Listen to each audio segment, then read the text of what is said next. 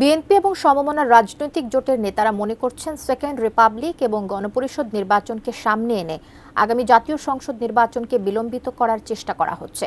জুলাই অভ্যুত্থানের ৭ মাসের মাথায় এসে নবগঠিত একটি রাজনৈতিক দলের পক্ষ থেকে এই ধরনের ঘোষণা বরং রাজনীতিতে সন্দেহ এবং বিতর্ককেই উস্কে দেবেন বলে মনে করেন তারা।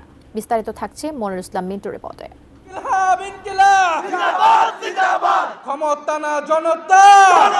নতুন রাজনৈতিক দল জাতীয় নাগরিক পার্টির আত্মপ্রকাশকে সব রাজনৈতিক দলই স্বাগত জানালেও তাদের সেকেন্ড রিপাবলিক, গণপরিষদ নির্বাচন এবং নতুন সংবিধান ইস্যু রাজনীতির মাঠে এখন নতুন আলোচ্য বিষয় হয়ে উঠেছে। নতুন রাজনৈতিক দলের কথাবার্তা মনে হয় যে বাংলাদেশের সমস্যাই হলো সংবিধান আর গণপরিষদ না থাকা। বর্তমান রাজনীতির মাঠে সবচেয়ে বড় শক্তিশালী বিএনপি মনে করছে সরকার সংবিধান সংস্কার কমিশন করেছে এবং রাজনৈতিক দলগুলো তাদের সংস্কার প্রস্তাব জমা দিয়েছে। স্বাস্থ্যকর অল টাইম ফ্যামিলি কেক, সব সময় অল টাইম হেলদি লাইফ। এক্ষেত্রে ছাত্রদের এসব ধারণা একাডেমিক সাধারণ মানুষও এই বিষয়গুলোর সঙ্গে পরিচিত নন।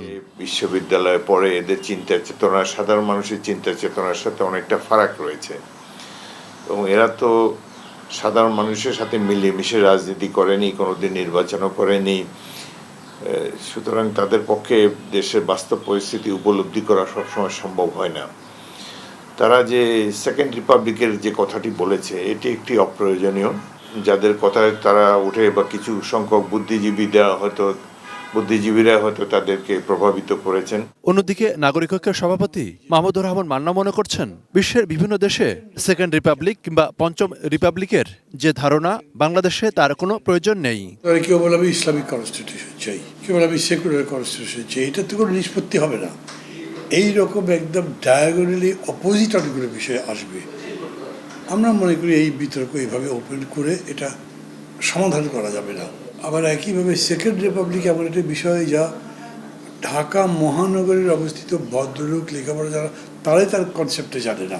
তবে এতে করে ছাত্রদের ভবিষ্যৎ রাজনীতিও ক্ষতিগ্রস্ত হতে পারে বলে মনে করছেন তারা।